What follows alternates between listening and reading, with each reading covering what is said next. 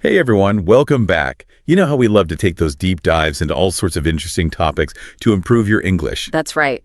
Well, this time, we're all about boosting your vocabulary. Yeah, we found this awesome guide all about advanced speaking tips in English. And we're zeroing in on adjectives today. Powerful adjectives, ones you can really use to make an impression. Exactly.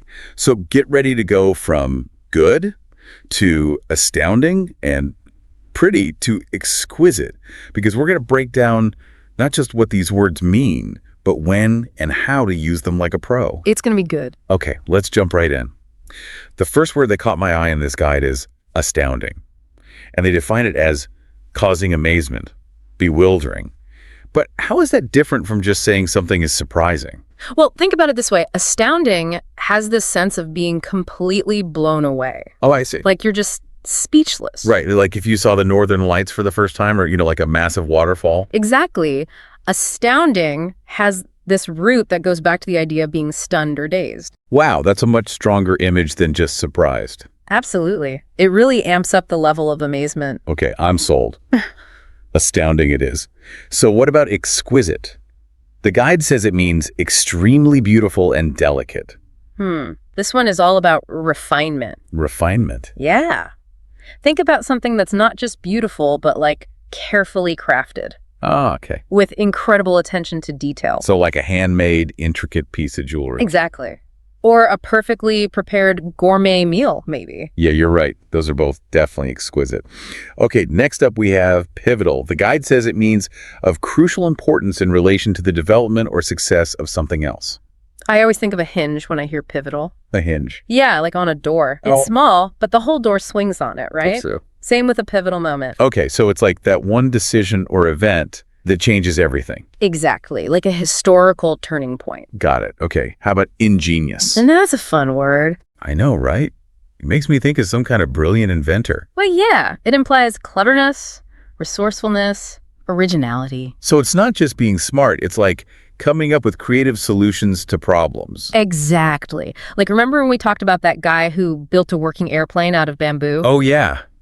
That was amazing. Totally ingenious, right? Okay, let's see. What do we have next?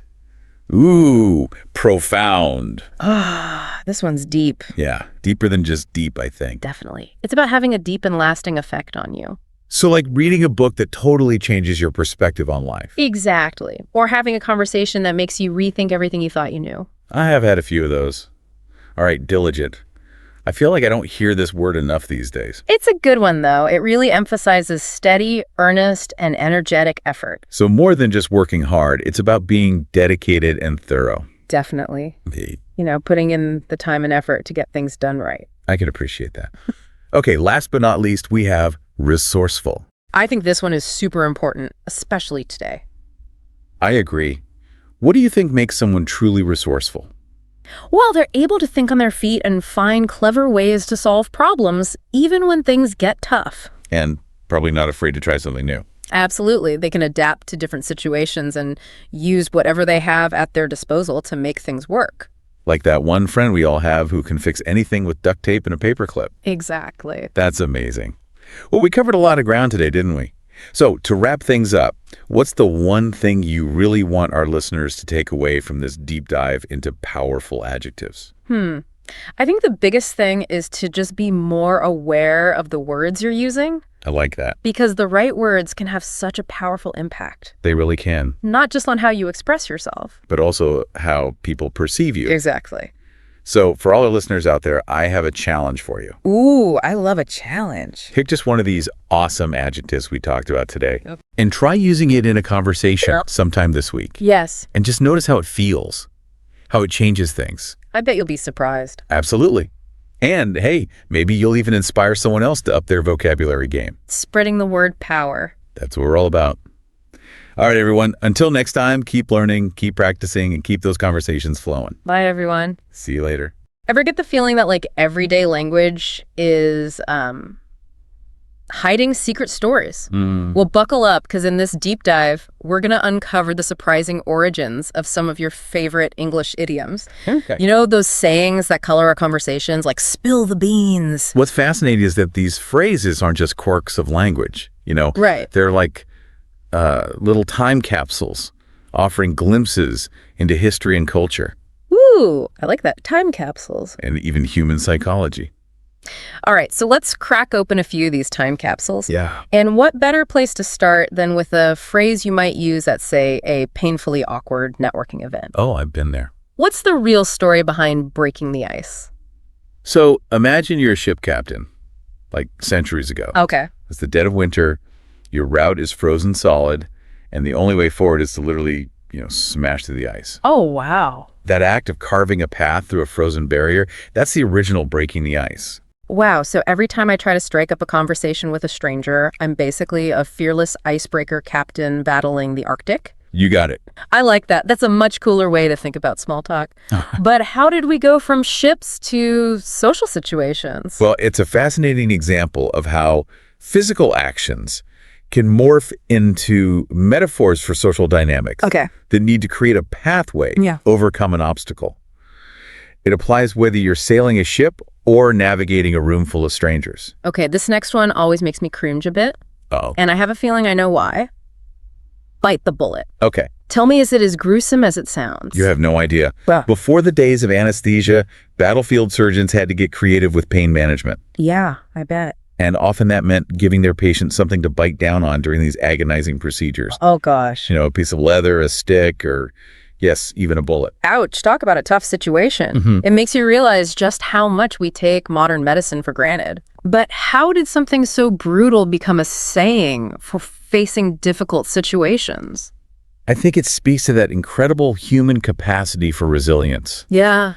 For pushing through pain and adversity. Whether you are a soldier enduring a battlefield surgery or you're facing a tough conversation today, it's about summoning that inner strength, that grit to get through something unpleasant. Makes you think about the expression grin and bear it in a whole new light. Right? Totally. Speaking of secrets, what about letting the cat out of the bag? Okay. Is this one as straightforward as it seems, or is there a sneaky feline backstory? Oh, there's definitely a cat. Okay. And there's some trickery involved. Imagine yourself in a bustling medieval marketplace. I'm there. You're bartering for a piglet, a valuable livestock animal. Right. But some unscrupulous sellers would try to pull a fast one, swapping the pig for a less valuable cat hidden in a bag. Oh. So letting the cat out of the bag exposed their deception. Poor kitty. But it does paint a rather vivid picture. And now it means accidentally revealing a secret, like spoiling a surprise party. Precisely. Right. It highlights our fascination with secrets, the power they hold, and the consequences when they're unexpectedly revealed. Yeah. And it makes you wonder what other secrets are lurking in plain sight, just waiting to be uncovered. So true. Okay, this next one hits close to home, especially after a recent trip to the electronics store. Cost an arm and a leg. Oof, I feel that. Please tell me this wasn't literal. Okay. Did people actually barter with body parts? Not quite, thankfully. But it does tie back to the idea of value and status. Okay. So back in the day, having your portrait painted was a major status symbol. It was. Oh yeah, but some artists charged a premium if they had to include the subject's limbs. Apparently showcasing those fancy sleeves was a costly affair. Wait, really? So vanity was literally priced by the body part back then. I guess some things never change. But why did limbs become the go-to for expressing outrageous expense? It's a powerful image, isn't it? Yeah. It speaks to that human tendency to place a high value on certain things, even if that value seems irrational. And reminds us that what we consider expensive is often relative. Yeah. It's shaped by cultural norms and personal desires. It certainly makes you rethink those impulse purchases, doesn't it? For sure. Okay, time for a weather report. What about raining cats and dogs? All right. Did people ever actually see animals falling from the sky? Thankfully, no. Okay. Though the mental image is certainly memorable. This saying takes us back to 17th century England. So picture cobblestone streets, torrential downpours, and inadequate drainage systems. Oh, yay. Yeah, during these heavy rains, the streets would overflow, sometimes washing animals out of their shelters or off rooftops. So it just looked like it was raining animals? Exactly. It's kind of gross, but I can see how that image would stick with people. It's a testament to the power of language to capture these visceral experiences, these almost surreal moments in time. Yeah. And it shows how even something as chaotic as a downpour can be immortalized in a simple phrase. All right, let's switch gears for a moment with one that sounds pretty straightforward. The ball is in your court. Okay. Did this one actually come from the tennis court? It did. Really? And it's one of the more literal idioms we use. Just like in a tennis match, the responsibility to act shifts depending on where the ball lands. So when we say the ball is in your court, we're essentially acknowledging a shift in responsibility, like I've done my part. Exactly. Now it's up to you to make a decision or take action. It's all about clear communication and knowing when it's your turn to step up. Exactly. And just like in tennis, there's a certain strategy involved, knowing when to serve, when to return, and when to wait patiently for the next move. Okay, I'm dying to know about spill the beans. This one has always made me picture someone literally spilling a bowl of beans to reveal a secret. Was that actually a thing? Believe it or not, yes. No way. The ancient Greeks used beans for voting, white beans for yes, black beans for no. So if someone accidentally or intentionally knocked over the voting container. Well, there goes the element of surprise. The beans were spilled and everyone knew the outcome. Talk about a voting security breach. But how did this very specific bean-related incident become a general term for revealing secrets? Well, I think it speaks to that universal human struggle with keeping secrets and managing sensitive information. And it reminds us that even the most carefully guarded information can be unexpectedly revealed, sometimes with dramatic consequences. You know, it's amazing how these seemingly simple phrases are like packed with so much history. Right. It's like each idiom is a little window into a different time and place. It really is. And the more you explore these origins, the more you realize just how interconnected language and culture truly are. Okay, I'm ready for more. What about steal someone's thunder? That one always makes me think of dramatic pronouncements and maybe a little bit of mischief. Well, it is a bit theatrical. This idiom takes us back to the 18th century London theater scene. Oh, wow. A playwright named John Dennis invented a new sound effect for his plays. A thunder machine, if you will. Okay. Unfortunately, his play was a flop. Oh, no. That's rough. Did someone literally steal his thunder machine? Not quite, but something even worse. A rival playwright copied Dennis's thunder machine for his own production, which became a smashing success. Oh, no. Dennis was furious, accusing his competitor of stealing his thunder, both figuratively and literally. So it started as a very specific complaint about a stolen sound effect, Yeah. but evolved into a broader idea of taking credit for someone else's idea or achievement. Exactly. And it's a reminder that even in the world of creativity and innovation, there are ethical considerations. Right. Giving credit where credit is due is important, whether it's a groundbreaking invention or a simple idea shared among colleagues. Makes you think twice about borrowing ideas, doesn't it? Okay, this next one brings to mind a boxing match. Throw in the towel. It seems pretty self-explanatory, but I bet there's more to it. You're right. This one is connected to a very specific physical action. Okay. Imagine a boxing match where one fighter is clearly outmatched their cornerman. Seeing the potential for serious injury, throws a towel into the ring to signal defeat and stop the fight. So it's that moment of surrender, of admitting defeat, when it's clear that continuing the fight is futile or even dangerous. It's about knowing when to step back and reassess. Precisely. And while it might seem like a sign of weakness, throwing in the towel can actually be an act of strength and wisdom. It takes courage to recognize when a battle is lost and to choose a different path. That's a really interesting perspective. Sometimes knowing when to quit is just as important as knowing when to persevere. Speaking of knowing when to call it quits, what about hit the sack? Does this one really have to do with sacks? It does. Though not the kind you might imagine before the days of comfy mattresses and feather pillows, beds were much simpler affairs. Oh. People often slept on mattresses stuffed with straw or hay. So hitting the sack was quite literal. You were plopping down onto a bag of hay for the night. That makes so much sense. And it's kind of funny to think that a phrase that originated from such humble beginnings is still so widely used today. It shows how language evolves alongside technology and culture.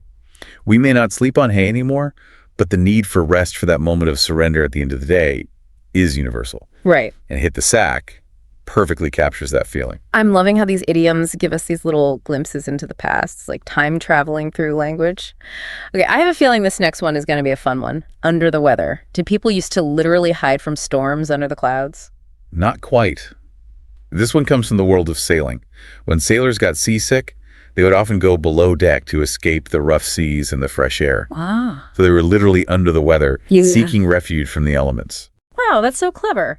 It never occurred to me that weather in this context referred to the actual weather conditions at sea.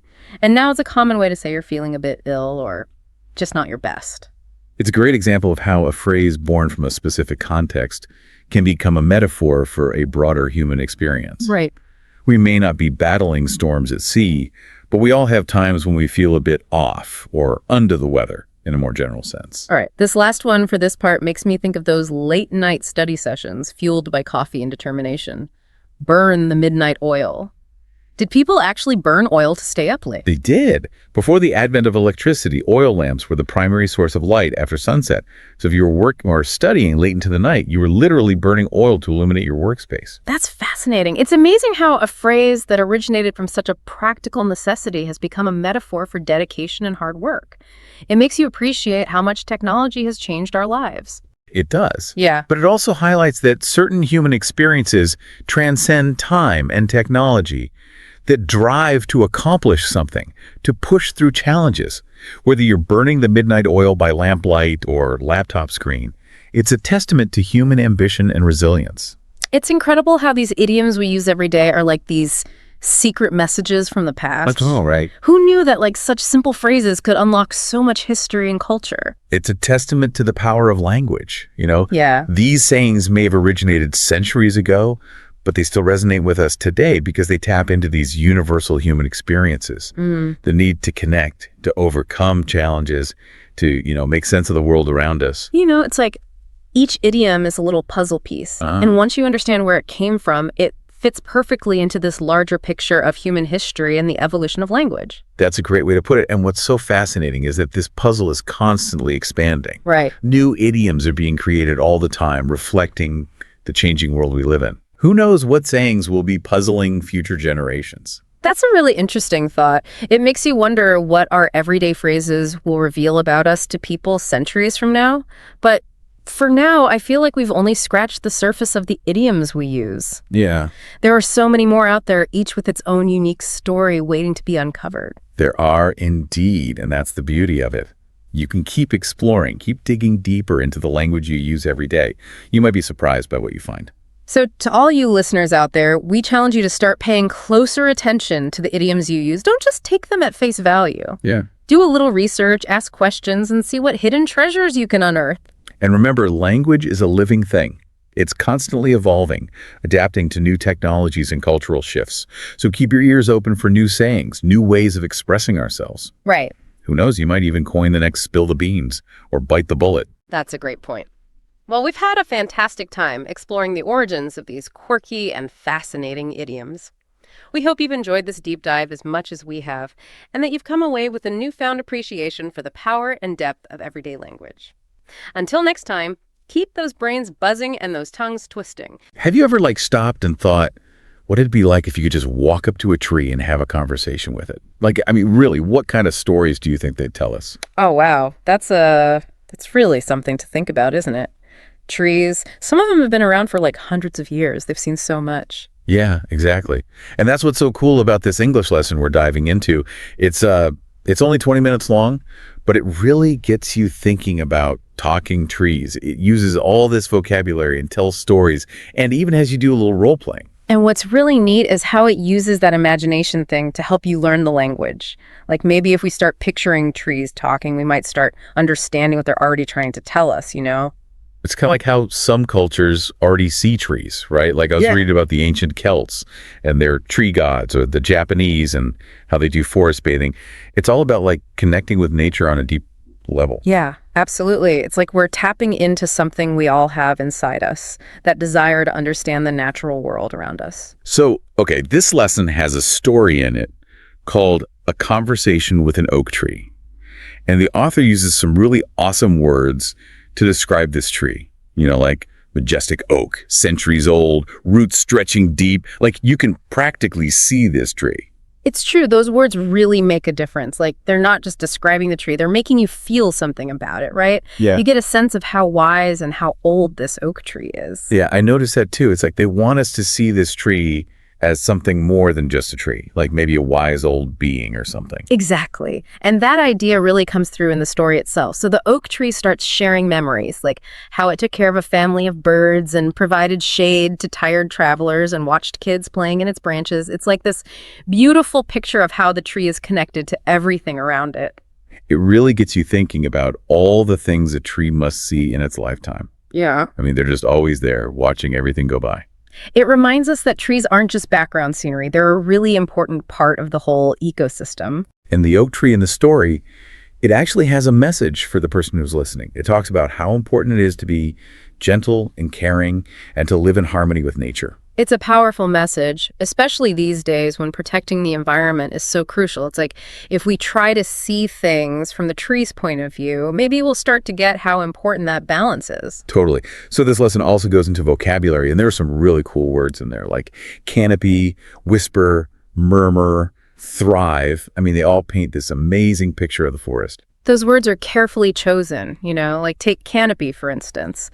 It's not just about the top of the forest, it's also about the feeling of shelter it provides, how everything is connected up there. It's like they're trying to make us feel like we're right there in the forest with the tree, Exactly. And when you learn those words, you start to appreciate nature in a whole new way.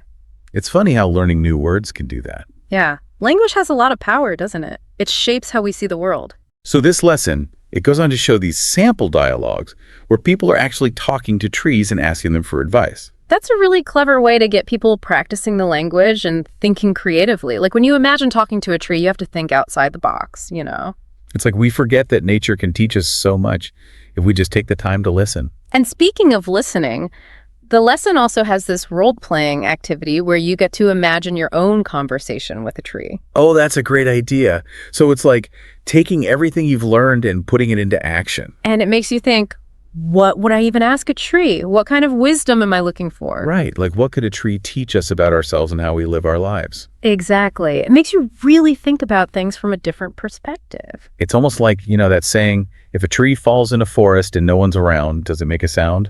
But like, what if they've been talking this whole time and we're just not hearing them? Wow. Yeah, that's a good question. You ever think about how long some trees have been around? I mean, they've been standing there watching everything happen. Oh, totally. I was just reading about this bristlecone pine. They call it Methuselah. And get this, it's almost 5,000 years old. That's like way before the pyramids were even built. That's insane. Imagine if it could talk, right? Think of all the stories it would have. It'd be like a walking history book. Well, speaking of history, this lesson actually talks about how trees can give us this unique perspective on time.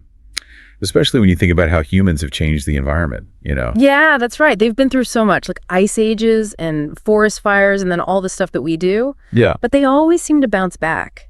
It makes you think, even if trees can't talk to us with words, they're definitely sending us messages about the planet. Totally. They're like these silent watchmen, always keeping an eye on things. Oh, and it's cool. I was reading about this network of fungi that connects all the trees underground. It's almost like they have their own internet. Oh yeah, mycorrhiza, right. Isn't that wild? The trees can actually use that network to share resources and warn each other about danger. Wow, so it really is like an internet for trees. Kinda, yeah. It just shows you how connected everything is in nature. We might think trees are all separate, but they're all linked together underground. So like it's not just a bunch of individual trees, it's like a whole community, right? Yeah, exactly. And the more we learn about those connections, the more we understand how amazing nature really is. This lesson does a really good job of explaining all of that. And it makes you wonder, what if we could actually understand what the trees are saying? Well, even though we can't have a conversation with them, we can still pay attention to how they're communicating. Like, how their leaves change color or the rings inside their trunks. Right. They're always sending us signals. We just have to learn how to read them. And the lesson really stresses how important it is to protect forests. Not just for the trees, but for everything that lives there and for the whole planet. It's true. I mean, think about it. They give us clean air and they help control the climate. And don't forget all the animals that live in forests. Right. When you take care of trees, you're taking care of everything. I think this lesson does a really great job of explaining all of that in a way that's interesting and fun. It's not like a lecture or anything. It definitely makes you think. And it reminds me of how some cultures have always had this deep respect for trees and nature.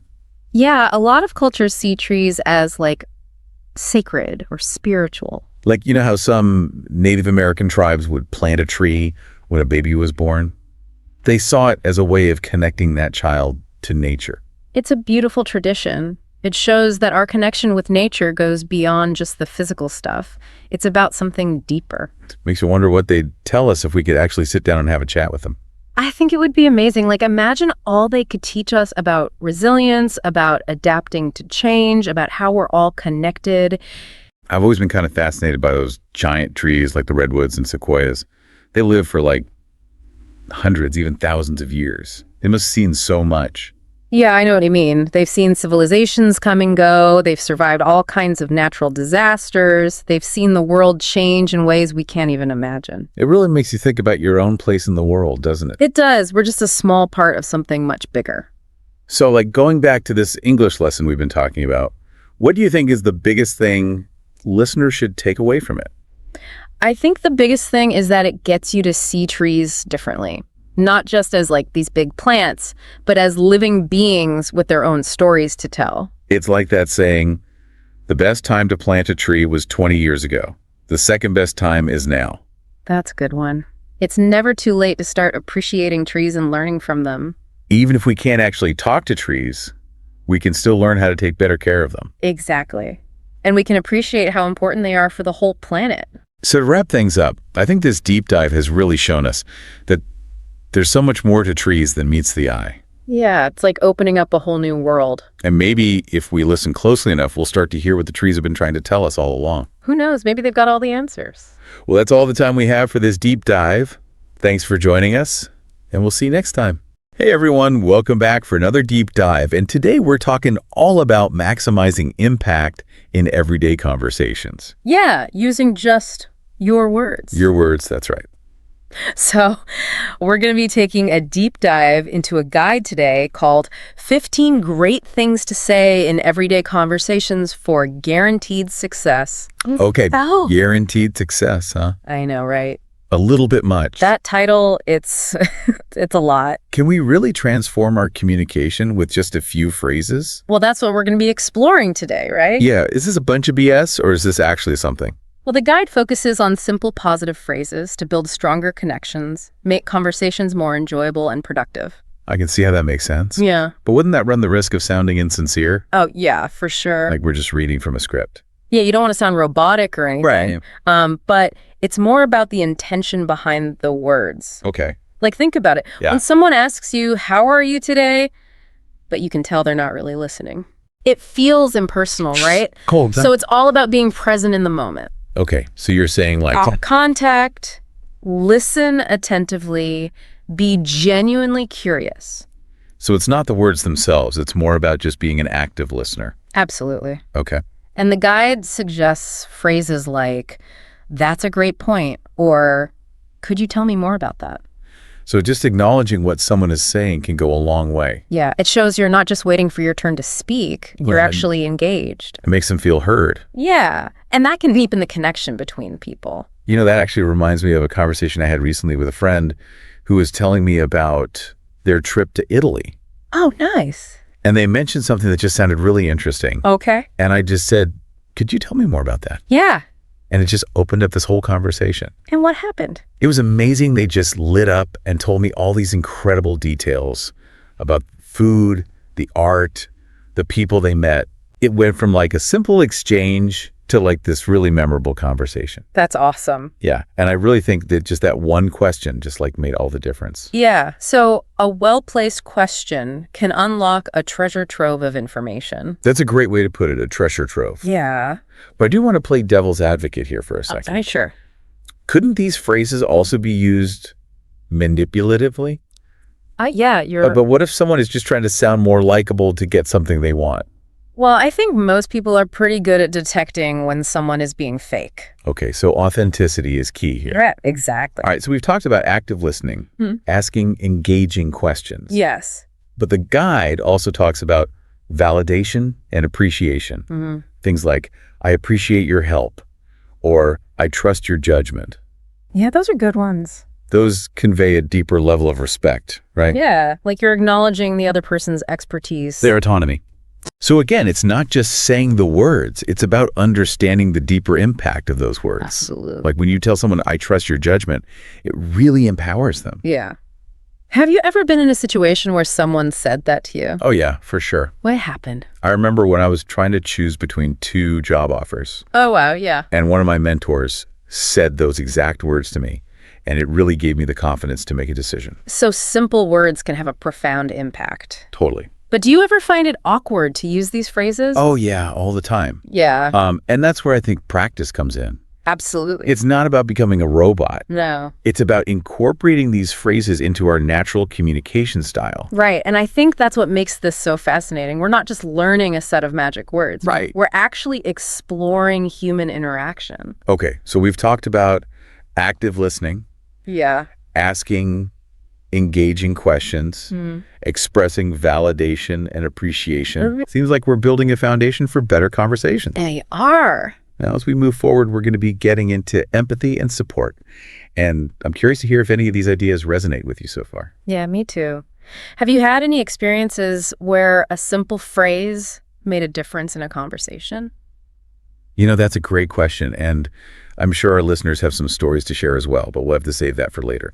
So we talked about active listening, asking insightful questions, and expressing validation. But I'm curious about offering empathy and support. Yeah, for sure. And the guide highlights phrases like, I completely understand. That must have been difficult. And I'm proud of you. You know, I can see how those phrases can be really helpful, but I'm also wary of saying, I completely understand. Yeah. When I don't fully grasp what someone is going through. Yeah, I totally get it. It almost feels presumptuous. It's about acknowledging their feelings, even if you can't relate to their specific situation. Okay, so it's more about validating their emotions than claiming to have walked in their shoes. Exactly. I think sometimes we're so afraid of saying the wrong thing that we end up saying nothing at all. Yeah, and silence can sometimes be interpreted as indifference. Right. Even a simple phrase like, I'm here for you, can be incredibly powerful.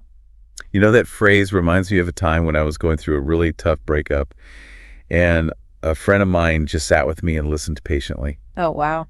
And at one point she just said, I'm here for you. And how did that make you feel?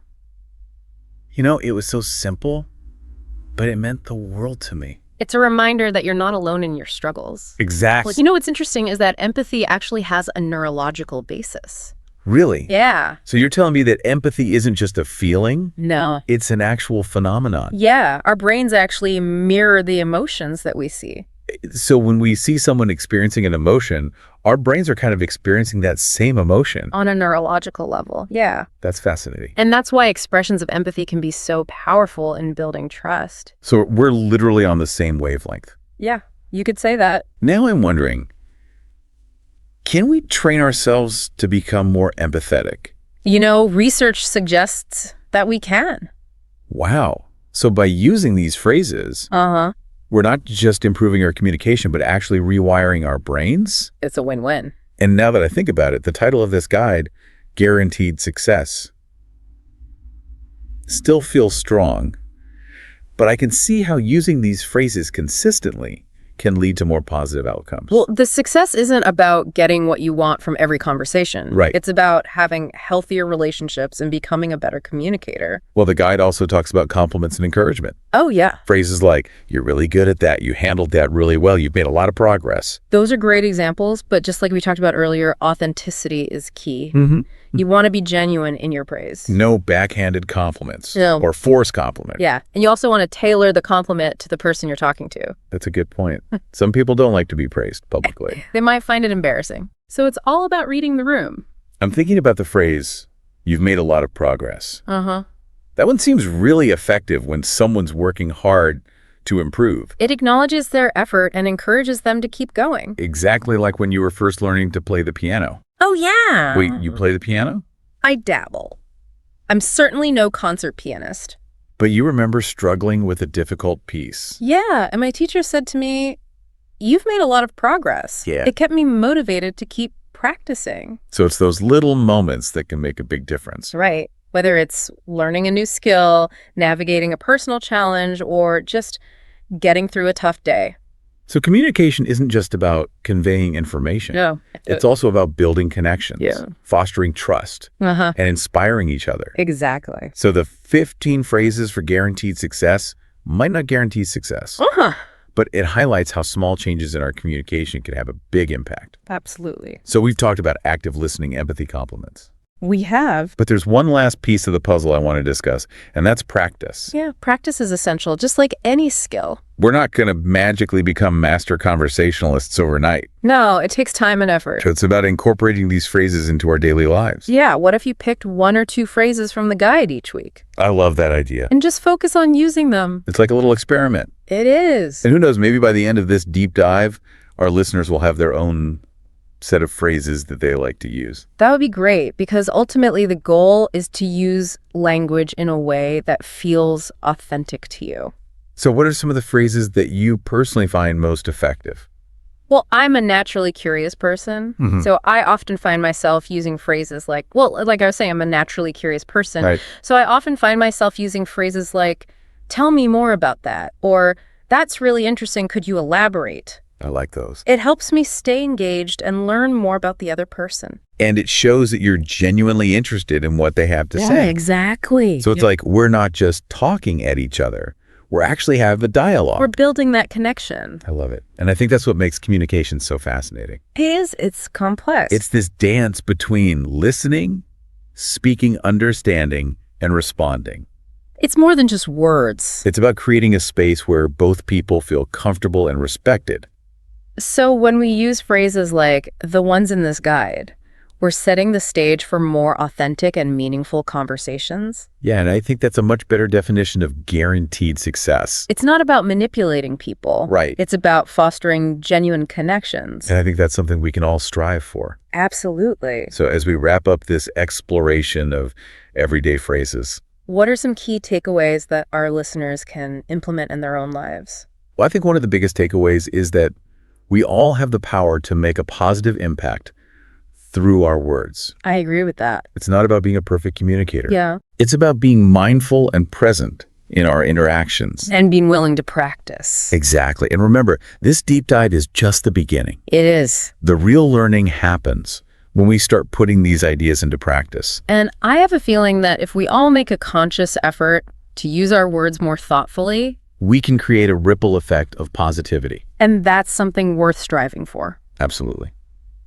Well, that's all the time we have for today. Thanks for joining us. And until next time, keep those conversations flowing and those connections strong. Hey everyone, and welcome back. We're diving deep into something exciting today. And to words. Words, that's right. 25 of them, actually, That's right. that can seriously boost your communication skills. Yeah. Make you a much more powerful communicator. Yeah. And you know, our source this time is this video, and it's titled, If You Know These 25 Words, Your English is Excellent. Bold. Yeah, it's a little bold, but you know what? I like it. Let's aim high. Let's go for it. So how does this video break down these 25 words? Well, it starts by grouping them. And the first group is all about like sharp thinking, words like articulate, astute, and perceptive. Okay, so articulate I use all the time. When someone's a good communicator. Yeah. Astute and perceptive, though. Are those just synonyms for articulate? What's going on there? They're definitely in the same family, but there are some subtle differences. Articulate is really excelling at expressing yourself clearly, effectively, often in a verbal or written form. So you think of like a skilled debater or writer who crafts beautiful prose. Okay, I'm with you. So where do astute and perceptive fit into that? So astute goes a bit deeper, I would say. It implies like a sharpness of judgment, an ability to grasp complex situations and draw insightful conclusions. So it's not just communication, it's the thought process behind it. So you could be articulate without being astute, but not the other way around. Exactly. Yeah. You could have an astute person who's not the most eloquent speaker, but their insights would be incredibly valuable. Interesting. In decision-making or problem-solving. So perceptive. I always think of that as like picking up on those subtle cues. That's a great way to put it. A perceptive person is highly attuned to their surroundings and the people around them, noticing details others miss, and often they have a knack for understanding underlying motivations. So it kind of goes hand in hand with astute, but more observation and intuition, less analysis. Yeah, precisely. And in many situations, being perceptive can be just as valuable as being astute. So think of a therapist who can pick up on a client's unspoken emotions, or a detective who notices tiny clues at a crime scene. So we've got articulate for expressing yourself clearly, astute for insightful thinking, and perceptive for that keen observation. Seems like these words are pretty helpful in any field Oh, yeah. where communication and understanding are key. Absolutely. Whether you're a lawyer crafting a persuasive argument, or a scientist interpreting data, or a teacher explaining a complex concept, these are qualities that can really help you excel. This is already making me rethink how I describe people. I'm Yeah. going to be a lot more specific with my word choices going forward. I love it. Yeah. So speaking of precision, the source's next category focuses on effort and impact. Words like conscientious, diligent, fastidious, and meticulous, they all seem to relate to being detail-oriented. Am I on the right track? Yes, you are. They all imply a certain level of care and attention to detail, but there are definitely shades of meaning that are worth exploring. Okay, break it down for me. What are the key differences? So let's start with conscientious and diligent.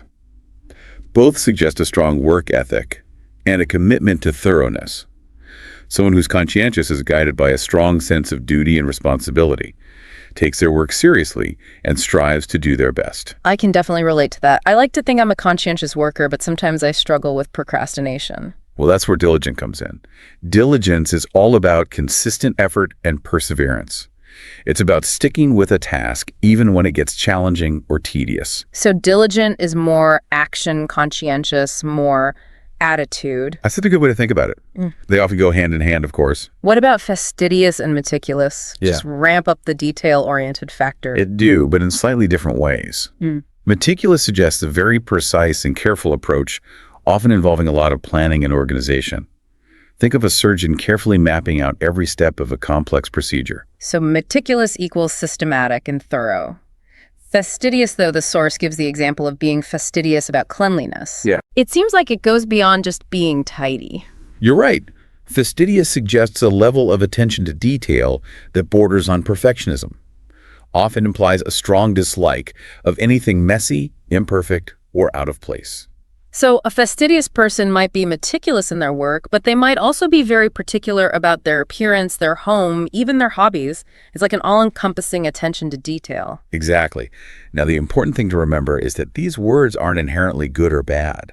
Oh, interesting. Being meticulous can be a great asset in certain professions, but it can also lead to procrastination or analysis paralysis if taken to an extreme. Right. It's all about finding that balance and understanding the context. Right, and that's what makes this deep dive so interesting. It's not just about learning definitions, it's about understanding the nuances of language and how we can use these words effectively to express ourselves. So to recap, we have conscientious for a strong sense of duty, diligent for consistent effort, meticulous for systematic thoroughness, and fastidious for a near-obsessive level of attention to detail.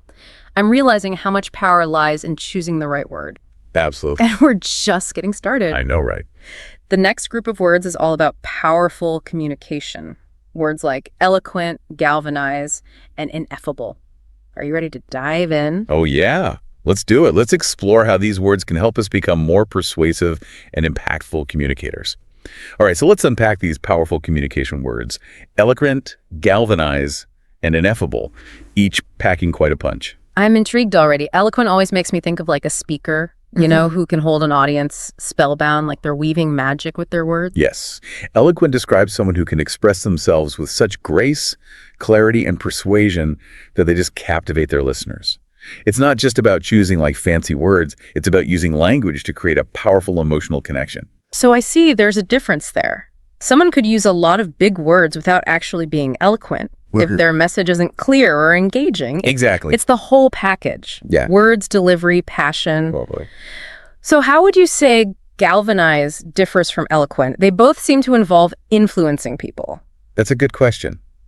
If eloquent is about captivating an audience, I think galvanize goes a step further and inspires them to take action. Okay. It's about sparking a fire, Yeah. motivating people to do something. Yeah. So think of a political leader who rallies their supporters to fight for a cause, or a coach who gives a pep talk that ignites their team's determination. Okay. Galvanize is about transforming words into action. Powerful stuff. All right. Ineffable. That one always throws me off a bit. Yeah, What's so powerful about a word that means beyond words? that's the paradox, right? Ineffable points to the limits of language. Those experiences or emotions that are so profound, so overwhelming that words can't capture their full essence. Like trying to describe the feeling of awe when you look up at a starry night sky. Yes. Or the overwhelming joy of holding your newborn child for the first time. Exactly. Words just don't seem big enough. Words aren't big enough. And by acknowledging the limits of language, ineffable, actually adds to the power of our communication. It creates a sense of mystery, of something too grand to be fully grasped. Okay, so we've got eloquence for captivating, galvanizing for inspiring action, and ineffable for acknowledging the indescribable. What a range. Yeah. So the next two words on our list are fortuitous and serendipitous, both dealing with chance and good fortune. Right. I find myself using lucky all the time. Yeah. Do these words offer us a more nuanced way to describe those moments of good fortune? They do, yeah. They both involve positive, unplanned events, but there's a subtle distinction. Fortuitous simply means happening by chance, especially in a way that's beneficial. So it could be a chance encounter that leads to a new job opportunity or winning a lottery you forgot you entered. Just plain luck. Yeah. Where does serendipitous come in then? Serendipitous adds a layer of pleasant surprise and unexpected discovery. It's not just that something good happened, but that you stumbled upon it without even looking for it. So think of finding a rare antique at a flea market or meeting your soulmate while on vacation. Oh, like the universe is conspiring in your favor, That's right. even though... This is what makes serendipity so delightful and memorable. This makes me think of when I was browsing in a used bookstore and I stumbled upon a first edition of my favorite author's book. I wasn't even looking for it. Perfect example. Felt like fate. So tenacious and resilient. Right. I see these words used a lot to describe successful people, those who don't give up easily. Yes. Can bounce back from setbacks. What are the key differences there? So tenacious emphasizes persistence and determination. It's about holding firmly to your goals and refusing to give up, even in the face of obstacles. Think of an athlete who trains relentlessly to overcome an injury, or an entrepreneur who faces rejection after rejection, but never gives up on their dream. That never say die spirit. Right? Inner drive that keeps people going when others might give up. Exactly. Now, resilient is about the ability to bounce back from adversity. Okay. It's about adaptability and flexibility, being able to bend without breaking. Think of someone who loses their job, but quickly picks themselves up, learns new skills, and finds a new path. So tenacious is pushing forward despite challenges, while resilient is adapting to change and bouncing back from setbacks. Exactly. And both qualities are essential for navigating the ups and downs of life. You know, I'm realizing that some of these words, like tenacious and resilient, aren't just descriptive, they're aspirational. Yes. They represent qualities that we can cultivate in ourselves. That's a great observation. Learning these words isn't just about expanding our vocabulary, it's about expanding our understanding of human potential and striving to embody these qualities in our own lives. All right, we've covered a lot of ground. I know, right? We still have a few more words to explore, though. What's next on our list? Well, we've talked a lot about communication and personal qualities. Let's shift gears a bit and focus on words that describe different aspects of experience and knowledge. Sounds good to me. So what kind of words are we looking at now?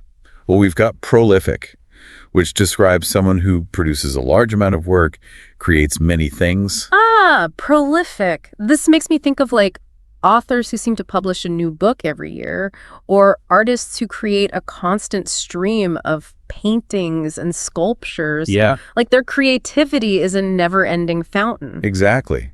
And being prolific often goes hand in hand with the qualities we discussed earlier, like diligence and meticulousness. Right. It takes a lot of effort and dedication to produce such a large volume of high-quality work. That makes me think of Mozart, composed hundreds of musical masterpieces in his short lifetime. Incredible. It's mind-boggling how Yeah. some people can be so incredibly productive. Yeah, it really is inspiring. And speaking of inspiration, another word on our list is exemplary, which describes someone who sets a great example or serves as a role model. Okay, so this makes me think of teachers who go above and beyond to inspire their students. Yeah. Leaders who embody the values they preach. Yes. It's about actions speaking louder than words. Precisely.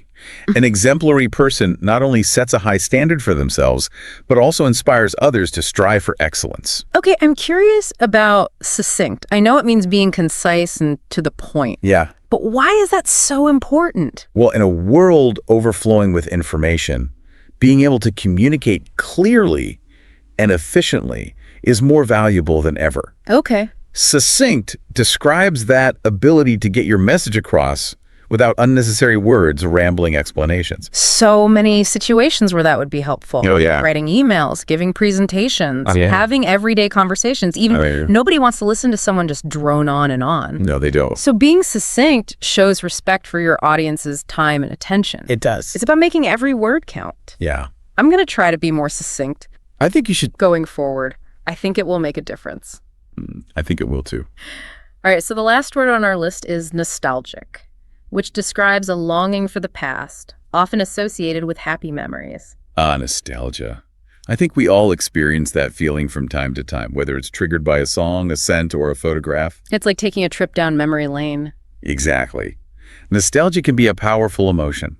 It connects us to our past and reminds us of the people, places, and experiences that have shaped who we are. It's funny how even seemingly insignificant things can trigger a wave of nostalgia, like the smell of freshly baked cookies that reminds you of your grandmother's kitchen, or the sound of rain that takes you back to your childhood bedroom. It's those little sensory details that can transport us back in time and evoke a flood of emotions. Yeah. Nostalgia can be bittersweet, of course, because it often reminds us of things that are gone, but it can also be a source of comfort and joy, Yeah. helping us to appreciate the richness of our lives. Well said.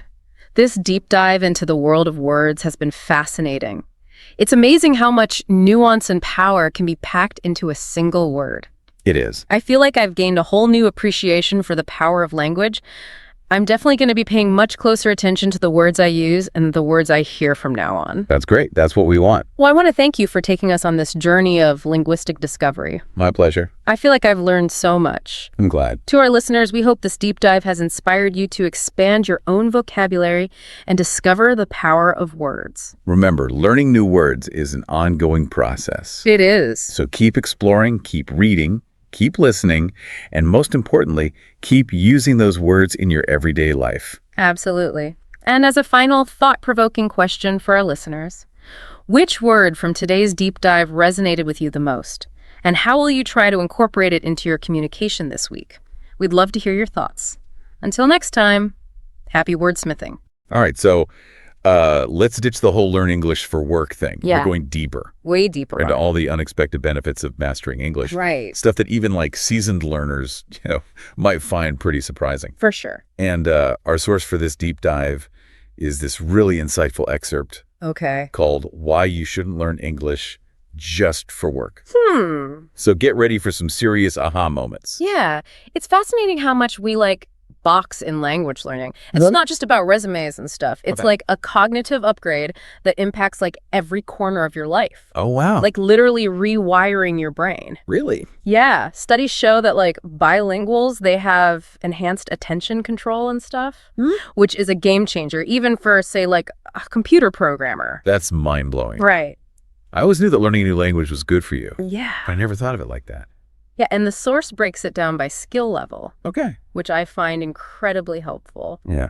Even at the beginner level, those small wins, Uh-huh. like ordering food while you're abroad or taking a basic online course in English. Yeah. Those are huge. So you're saying even those baby steps can have a big impact. Absolutely. Wow. Think about it. You're not just memorizing phrases. Right. You're engaging with the world more directly. That's true. What stands out to you about that early stage of learning? Well, I think it's that feeling of independence. Yes. Suddenly you're not relying on someone else to translate everything for you. Ah. You know you're in control. You are. It's easy to forget that when you're struggling with verb conjugations. Exactly. And the source highlights how as you hit that intermediate level, Okay. things really open up. Mm-hmm. You can dive into global online communities. Right. Understand your favorite English language shows without subtitles. Oh, It's yeah. a whole new level of connection. Okay. I'm starting to see how this goes way beyond just the typical career advice. Right. You're not just learning English. You're opening up these new avenues for personal growth. Tool. You're participating, not just passively consuming. Mm-hmm. And as you progress, imagine engaging in nuanced conversations, Wow. debating ideas, forming relationships with people from all walks of life. That's amazing. The confidence boost alone is transformative. The source mentions confidence quite a bit. Yeah. What's the connection there? Well, think about it. Learning a language is challenging. Yeah, for sure. Every step forward from mastering a tricky grammar rule Huh. to holding a conversation. Right. It proves to yourself that you can tackle tough stuff. Yeah. It builds resilience, a growth mindset. Right. And that's valuable in any pursuit, Hmm. not just language. That's a great point. It's like that I can climb a mountain feeling, Yeah, but for your brain. exactly. And speaking of mountains, the source dives into travel, Yeah. which I know is a huge motivator for many language learners. While travel is definitely a common motivator. Right. The source argues that it's the independence gained that's truly transformative. Okay. What are your thoughts on that? Oh, I totally agree. Anyone can follow a tour guide around. Yeah. But imagine exploring a new city, striking up conversations with locals, discovering hidden gems off the beaten path, Yeah. all because you can communicate confidently. Yeah. That's a different level of experience entirely. It's about going beyond the surface, experiencing a culture on a deeper level, Right. not just observing it from a tourist's perspective. And that ties back to the confidence we were talking about. Right. You're not just a tourist anymore, you're a traveler, an explorer. Exactly. Yeah. You're empowered to shape your own experience. I like that. And the source emphasizes that feeling of empowerment throughout, Yeah. at every skill level. That's so interesting. It's like language learning is this secret weapon for personal growth, Yeah, but most people only see the tip of the iceberg. exactly. And we're just getting started. Oh, wow. What really grabbed my attention was the source's focus on going beyond the practical benefits Okay. and diving into the realm of personal growth and broader perspectives. Now that's what I'm talking about. Tell me more. Well, it talks about developing empathy Ah. by understanding different cultures' viewpoints, Yeah. which is crucial in our increasingly interconnected world. Right. It's one thing to read about a different culture, but it's another thing entirely to connect with someone from that culture, Absolutely. understand their perspective, and see the world through their eyes. Yeah, That's real understanding. absolutely. And the source links this directly to personal growth, Okay. becoming more adaptable, more open-minded, Right. more well-rounded as a person. This is way more profound than I expected. Right. We've gone from ordering food to literally expanding our worldview. It's incredible, isn't it? Yeah, and we haven't even touched on the educational benefits yet. Oh, that's right. Okay, I'm hooked. Let's dive into that. What does the source say about education? I think we often forget that language opens up access to a whole world of knowledge. It's a gateway, like you said, Yeah. even at a basic level, being able to follow simple instructions Uh-huh. or understand like a basic online course, Right. that can be eye-opening. You know, that reminds me of a friend who learned just enough English to take an online photography course. Wow. And it like sparked this whole passion he never knew he had. Yeah, He's now winning awards for his photography. that's incredible. I know, it's amazing. It's amazing how something as simple as understanding instructions Right. can snowball into something so significant. Yeah. What's fascinating is how the source emphasizes that this educational benefit scales as your fluency grows. So what happens when you move beyond the beginner stage? Imagine this, you're at the intermediate level. Okay. You can now attend international webinars, Hmm? participate in workshops led by experts from around the world. Right. It completely changes the game, You're not just learning English anymore. right? You're learning about any topic that interests you, Yeah, taught by the best in the field. exactly. And for those who achieve an advanced level, Okay. the possibilities become even more vast. Like what? Think about applying for international scholarships, Yeah. studying at top universities in English-speaking countries. Talk about a life-changing opportunity. Right. But even if you're not aiming for academia, the access to information itself is incredible. You're not limited to resources in your native language anymore. That's a point the source really drives home. You can read research papers, articles, books, Right. all in their original language. Wow. It removes a layer of interpretation Yeah. and allows you to engage with information directly. It's like getting a backstage pass to the world of knowledge. Exactly. So we've covered communication, confidence, travel, personal growth, education. Yeah. What else is there? There's one more point I want to highlight. Okay. And it's something that really resonated with me. The source discusses how learning English can help you become a more informed and engaged global citizen. Okay, now that's a powerful statement. Right. Tell me more. Think about it. You're no longer limited to news sources or opinions in your native language. Right. You can access information from various perspectives, Yeah. form your own opinions based on a wider range of viewpoints. It's so easy to get trapped in your own little bubble, It is. especially with the way news is curated these days. Right. breaking free from that echo chamber and seeing different sides of a story Yeah. feels incredibly important. That's precisely what the source is getting at. It's about developing critical thinking skills, Right. discerning fact from fiction, and understanding the complexities of global issues. So I'm seeing now how all of these benefits connect. Yeah. It starts with basic communication, then builds confidence, opens doors to travel and education, Right. broadens perspectives, and ultimately empowers you to engage with the world on a whole new level. That's the beautiful journey this excerpt takes us on. Yeah. It dismantles the limited view of language learning as just a career tool Right. and reveals its potential to transform our lives from the inside out. This has been a real eye-opener. Hasn't it? I'm starting to think of fluency in English less like a skill to acquire and more like a key to unlocking a whole new version of myself. And to think we're just scratching the surface here. Wow. There's so much more to uncover. So much potential for growth and discovery. Honestly, I'm blown away by how much deeper this topic goes than I initially thought. Yeah, it's pretty amazing. And to our listener out there, I'd say buckle up because this deep dive is about to get really personal. Okay, so we've covered like a ton of ground here, but Yeah.